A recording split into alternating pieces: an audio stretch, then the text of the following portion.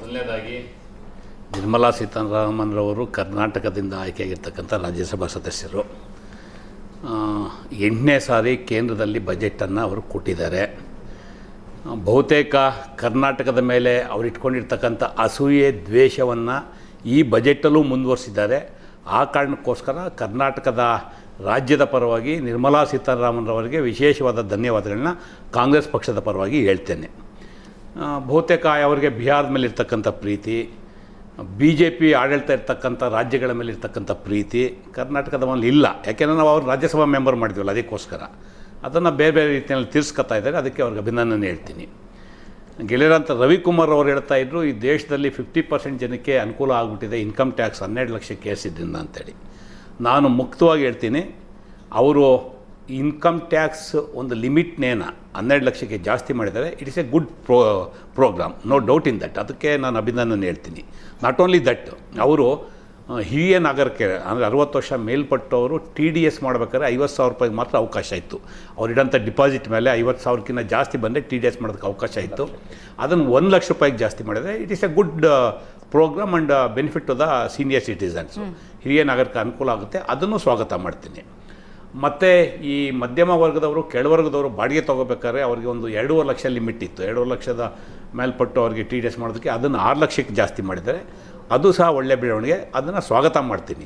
ಆದರೆ BJPಯವರು ಪಾಪ ಅವರು ಯಾವತ್ತೂ ಸಹ ಈ ಸುಳ್ಳು ಹೇಳೋದನ್ನ, ಚೆಂಡು ಕಿವಿಗೆ ಮುಟ್ಸೋದನ್ನ ಚೆನ್ನಾಗಿ ಮಾಡ್ತಾರೆ. ಅದನ್ನೇ ಸಿದ್ದರಾಮಯ್ಯನವರು, DK ಶಿವಕುಮಾರ್ ಅವರು ಕರ್ನಾಟಕದ ವಿಧಾನಸಭೆಯಲ್ಲಿ ಪ್ರತಿಭಟನೆ ಮೂಲಕ ದಾಖಲು ಮಾಡಿದಂಥದ್ದು. ರವಿಕುಮಾರ್ ಹೇಳೋರು ದೇಶದ 50% ಜನಕ್ಕೆ ಅನುಕೂಲ ಆಗಿಬಿಟ್ಟಿದೆ ಅಂತೇಳಿ. ದೇಶದಲ್ಲಿರ್ತಕ್ಕಂಥ 140 ಕೋಟಿ ಜನಸಂಖ್ಯೆಯಲ್ಲಿ ಟ್ಯಾಕ್ಸ್ ಪೇಯರ್ಸ್ ಇರೋದೇ 10.4 crore. ಅದು ಹೆಂಗೆ ಇವರು ಅಂಕೆ ಸಂಖ್ಯೆನಲ್ಲಿ 50%ಗೆ ಹೋಗ್ಬಿಟ್ರೆ ಗೊತ್ತಿಲ್ಲ. ಅದನ್ನೇ ಅವರು ಚೆಂಡು ಚೆನ್ನಾಗಿರ್ತಾರೆ ಅಂತ ಹೇಳಿದ್ರೆ ಇದೇ ಕಾರಣಕ್ಕೆ. ಹಾಗಾಗಿ ಇರಲಿ ಪಾಪ ಅವ್ರಿಗೆ ಈ ಪ್ರೈವೇಟ್ ಸೆಕ್ಟರ್ ಮೇಲಿರ್ತಕ್ಕಂಥ ಪ್ರೀತಿ, ಖಾಸಗಿ ವಲಯಗಳನ್ನ ಬೆಳವಣಿಗೆ ಮಾಡೋದಕ್ಕೆ ಬಡವ್ರ ಮೇಲೆ ಬರೆ ಹಾಕಂಥ ಪ್ರೀತಿ ಜನ ಎಲ್ಲ ಕಂಡಿದ್ದಾರೆ, ಅದು ಮುಂದುವರಿಸಿದ್ದಾರೆ. ಈಗ ಉದಾಹರಣೆಗೆ ಕರ್ನಾಟಕದಲ್ಲೂ ಸಹ ಫಿಸಿಕಲ್ ಡಿಫಿಸಿಟ್ ಆ್ಯಕ್ಟ್ ಅಂತ ಇದೆ. ನಮ್ಮ ಒಟ್ಟಾರೆ ಬಜೆಟ್ನಲ್ಲಿ 3%ಗಿಂತ ಹೆಚ್ಚು ಸಾಲ ಮಾಡೋದಕ್ಕೆ ಅವಕಾಶ ಇಲ್ಲ. ಇವತ್ತು ಕೇಂದ್ರ ಸರ್ಕಾರ ಮಾಡಿರ್ತಕ್ಕಂಥ ಫಿಸಿಕಲ್ ಡಿಫಿಸಿಟಲ್ಲಿ 4.4% ಸಾಲಕ್ಕೆ ಅವಕಾಶ ಮಾಡ್ಕೊಂಡಿದ್ದಾರೆ. ಅಂದರೆ ಅವರು ಏನು ಲಿಮಿಟ್ ಇದೆ ಅದಕ್ಕಿಂತ ಜಾಸ್ತಿ ಹೋಗಿದ್ದಾರೆ. ಇವತ್ತು 200 ಲಕ್ಷ ಕೋಟಿ ಸಾಲವನ್ನು ಇವತ್ತು ಮಾಡ್ಕೊಂಡಿದ್ದಾರೆ.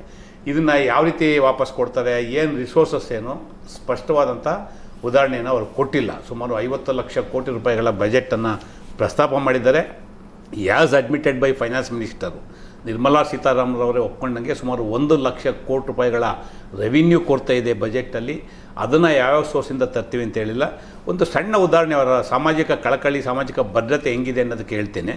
ಕರ್ನಾಟಕದಲ್ಲಿ ಇವತ್ತು ಕರ್ನಾಟಕ ರಾಜ್ಯ ಸರ್ಕಾರ, ನೀವು ಓಲ್ಡ್ ಏಜ್ ಪೆನ್ಷನ್ ಇರ್ಬೋದು, ವಿಧವಾ ಪೆನ್ಷನ್ ಇರ್ಬೋದು, ಅಂಗವಿಕಲರ ಪೆನ್ಷನ್ ಇರ್ಬೋದು, ಈ ಥರಕ್ಕೆಲ್ಲ ಸಾಮಾಜಿಕ ಕಾರ್ಯಕ್ರಮಗಳ ಒಂದು ಯೋಜನೆಯಲ್ಲಿ ವರ್ಷಕ್ಕೆ 10,000 ಕೋಟಿ ರೂಪಾಯಿ ಕರ್ನಾಟಕ ಸರ್ಕಾರ ಕೊಡ್ತಾ ಇದೆ. ಇನ್ ಟರ್ನ್ ಅವರು ನಮ್ಮ ರಾಜ್ಯ ಸರ್ಕಾರಕ್ಕೆ ಅನುದಾನಗಳು ಕೊಡಬೇಕಾಗ್ತಿ. ಈ ಥರದ ಕಾರ್ಯಕ್ರಮಗಳಿಗೆ ನಾವು ಕೇಳಿದ್ರು ಸಹ ಅವ್ರು ಕೊಡ್ತಾ ಇರೋದು ಇವತ್ತು ಎಸ್ ಆನ್ ಟುಡೇ 500 ಕೋಟಿ ರೂಪಾಯಿ. ಅಂದರೆ ರಾಜ್ಯ ಸರ್ಕಾರ ವ್ಯಯ ಮಾಡ್ತಾ ಇರ್ತಕ್ಕಂಥ ಹಣಕ್ಕೆ ಏನು ಸೋಷಿಯಲ್ ಪ್ರೋಗ್ರೆಸಿವ್ ಪ್ರೋಗ್ರಾಮ್ಗಳೇನಿದೆ ಅವಕ್ಕೆ ಕೊಡ್ತಾ ಇಲ್ಲ.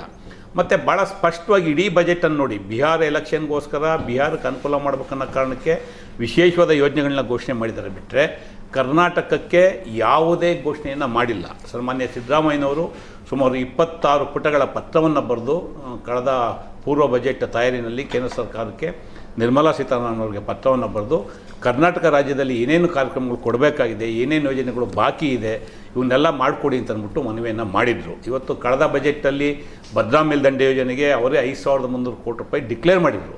ಇವತ್ತು 5,300 ಕೋಟಿ ಇರಲಿ, 53 ರೂಪಾಯಿ ಸಹ ಕೊಟ್ಟಿಲ್ಲ. ಇದು ನಿರ್ಮಲಾ ಸೀತಾರಾಮನ್ ಅವರು ಕರ್ನಾಟಕದ ಮೇಲೆ ಇಟ್ಕೊಂಡಿರ್ತಕ್ಕಂಥ ಪ್ರೀತಿ. ಅದೇ ಥರ ಮೇಕೆದಾಟಿಗೆ ಸಂಬಂಧಪಟ್ಟಂತೆ DK ಶಿವಕುಮಾರ್ ಅವರು ಪತ್ರವನ್ನು ಬರೆದು ಮನವಿಯನ್ನು ಮಾಡಿದ್ದಾರೆ.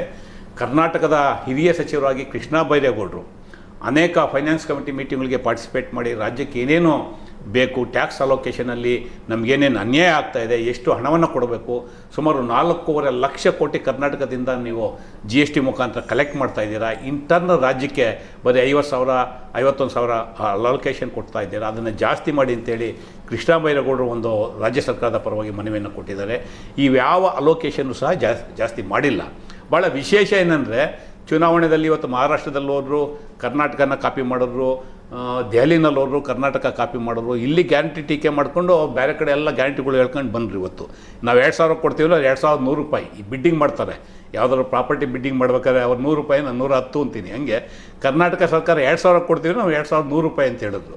ಇಲ್ಲಿ ನಮಗೆ ಬೇಸರ ಇಲ್ಲ, ಮೂರು ಪಕ್ಷಗಳು ಒಂದರಿಂದ ಒಂದು ಬಿದ್ದಿಲ್ಲ. ಇಲ್ಲ ಅದಲ್ಲ. ನಾನು ಅವ್ರಿಗೆ ಅಭಿನಂದನೆ ಹೇಳ್ತೀನಿ. ಯಾಕೆ ಅಂದರೆ ಇದುವರೆಗೂ ಕರ್ನಾಟಕದ ಅಸೆಂಬ್ಲಿ ಚುನಾವಣೆ ಆಗೋವರೆಗೂ ಸಹ ಇಡೀ ದೇಶದಲ್ಲಿ ಹೇಳ್ತಾ ಇದ್ದಿದ್ದು ಅವ್ರು ಗುಜರಾತ್ ಮಾಡಲ್ಲು. ಇವತ್ತು ಇಡೀ ದೇಶದಲ್ಲಿ BJP ಅವ್ರು ನಕಲು ಮಾಡ್ತಾ ಇರೋದು ಕರ್ನಾಟಕ ಮಾಡಲ್ಲು. ಅಷ್ಟರ ಮಟ್ಟಿಗೆ ಅವ್ರಿಗೆ ಅಭಿನಂದನೆ ಹೇಳ್ತೀನಿ. ಇಲ್ಲಿ ಟೀಕೆ ಮಾಡ್ತಾರೆ, ಅಲ್ಲಿ ಪ್ರೋಗ್ರಾಮ್ ಕೊಡ್ತಾರೆ. ನನಗೆ ಅದೆಲ್ಲ ಇರ್ತಕ್ಕಂಥದ್ದು. ನೀವು ಮಾಡಿ, ನಾವು we are going to endorse it. ಇಲ್ಲಿ ನೀವು ನಿಮ್ಮ ಬಜೆಟಲ್ಲಿ ಆ ಥರದ ಯಾವುದೇ ಜನಪರ ಯೋಜನೆಗಳನ್ನ ಘೋಷಣೆ ಮಾಡಿಲ್ಲ. ನೀವೇನು ಸುಮಾರು 46,000 ರೂಪಾಯಿ ಕೋಟಿ ಈ ಬಜೆಟಲ್ಲಿ ಹೊಸ ಕಾರ್ಯಕ್ರಮ ಘೋಷಣೆ ಮಾಡಿದ್ದೀರಾ. ಅವ್ಯಾವೂ ಸಹ ಜನಪರವಾದಂಥದ್ದು, ಬಡವರ ಪರವಾದಂಥದ್ದು, ಮಹಿಳೆಯರ ಪರವಾದಂಥದ್ದು ಅಥವಾ ವಿಶೇಷವಾಗಿ ದಲಿತರ ಪರವಾಗಿದ್ದಂಥ ಯಾವುದೇ ಕಾರ್ಯಕ್ರಮ ಇಲ್ಲ. ನಿಮ್ಗೆ ಅದನ್ನೇ ಹೇಳಿಕೊಟ್ಟಂಥದ್ದು. ಈಗ ಅದ್ಯಾವುದೋ ಒಂದು ಟೂರಿಸಮ್ದು ಮಾಡಿದ್ದಾರೆ, ಇಂಟರ್ನ್ಯಾಷನಲ್ ಟೂರಿಸಮ್ ಮಾಡ್ತೀವಿ ಅಂತೇಳಿ. ಕಳೆದ 10 ವರ್ಷದಲ್ಲಿ ಸುಮಾರು 15,000 ಕೋಟಿ ರೂಪಾಯಿಗಳನ್ನ ಪ್ರವಾಸೋದ್ಯಮಕ್ಕೆ ವಿಶೇಷವಾದಂಥ ಅನುದಾನಗಳ ಮೂಲಕ ಇಡೀ ದೇಶದಲ್ಲಿ ಹಂಚಿಕೆ ಮಾಡಿದ್ದಾರೆ. ಕರ್ನಾಟಕಕ್ಕೆ ಕೊಟ್ಟಿರೋದು ಬರೀ 50 ಕೋಟಿ. ಈ ಥರದ ನೀವು ಯಾವುದೇ ತಗೊಳ್ಳಿ, ಪ್ರಶ್ನೆ ಇರ್ತಕ್ಕಂಥದ್ದು, ನೀವು ಬಜೆಟ್ ಮಾಡಿದ್ದೀರಾ, ಒಳ್ಳೇದು ಮಾಡೋದು. ರವಿಕುಮಾರ್ ಹೇಳಿದ್ರು, ನಾವು ವೆಲ್ಕಮ್ ಮಾಡ್ತೇವೆ. ಈಗ ಇನ್ಕಮ್ ಟ್ಯಾಕ್ಸ್ ಸೀಲಿಂಗ್ ಲಿಮಿಟು ಜಾಸ್ತಿ ಮಾಡಿದ್ದೀರಾ, ಒಳ್ಳೆ ಕ್ರಮ, ಸ್ವಾಗತ ಮಾಡ್ತೀವಿ. ಯಾಕೆಂದ್ರೆ ಒಂದ್ಸಲ ಅವ್ರು ಹೇಳಿದ್ರು, ನಿರ್ಮಲಾ ಸೀತಾರಾಮನ್ ಅವರು ಈರುಳ್ಳಿ ರೇಟ್ ಜಾಸ್ತಿ ಆಗ್ತಾ ಇದೆ ಅಂತೇಳಿ ಲೋಕಸಭೆಯಲ್ಲಿ ಚರ್ಚೆ ಮಾಡಿದ್ರೆ ನಾನು ಈರುಳ್ಳಿ ಬೆಳ್ಳುಳ್ಳಿ ತಿನ್ನಲ್ಲ ಅಂದರು. ಹಾಗಾಗಿ ಇವತ್ತೇನೋ ನಾವು ಯೋಜನೆಗಳು ಕೇಳಿದ್ರೆ ನಾನು ಬೆನಿಫಿಷರಿ ಅಲ್ಲ ಅಂತ ಹೇಳಿದ್ರು ಹೇಳ್ಬಿಡ್ತಾರೆ ಅವರು. ನನಗೆ ಬೇಕಿಲ್ಲ ರೀ, ಈ ಸ್ಕೀಮ್ ಕೊಟ್ಟರೆ ನನಗೇನು ಬೆನಿಫಿಟ್ ಅಂತೇಳಿ ಆ ಥರದ ಮನಸ್ಥಿತಿ ಇರ್ತಕ್ಕಂಥವ್ರು. ದುರ್ದೈವ ಕರ್ನಾಟಕದಿಂದ ರಾಜ್ಯಸಭಾ ಸದಸ್ಯರಾಗಿದ್ದಾರೆ. ಕರ್ನಾಟಕ ಅವ್ರಿಗೆ ಯಾವತ್ತೂ ಜ್ಞಾಪಕ ಬರೋದಿಲ್ಲ. ನಮಗೆ ಇರ್ತಕ್ಕಂಥದ್ದು, ನೀವು ಕರ್ನಾಟಕದ ಒಂದೇ ಅಲ್ಲ, ದಕ್ಷಿಣ ಭಾರತದ ಯಾವುದೇ ರಾಜ್ಯಗಳಿಗೆ ಯಾವುದೇ ವಿಶೇಷವಾದ ಕಾರ್ಯಕ್ರಮವನ್ನು ಕೊಟ್ಟಿಲ್ಲ. ಇವನ್ ಬಿಹಾರಕ್ಕೆ ಘೋಷಣೆ ಮಾಡಿರ್ತಕ್ಕಂಥ ಕಾರ್ಯಕ್ರಮನೂ ಸಹ ಚುನಾವಣಾ ನಿಮಿತ್ತ ಮಾಡಿರೋ ಕಾರ್ಯಕ್ರಮ ಬಿಟ್ಟರೆ ಮನಸ್ಫೂರ್ತಿಯಾಗಿ ಬಿಹಾರದ ಅಭಿವೃದ್ಧಿ ದೃಷ್ಟಿಯಲ್ಲಿ ಮಾಡಿರ್ತಕ್ಕಂಥ ಪ್ರೋಗ್ರಾಮ್ ಅಲ್ಲ.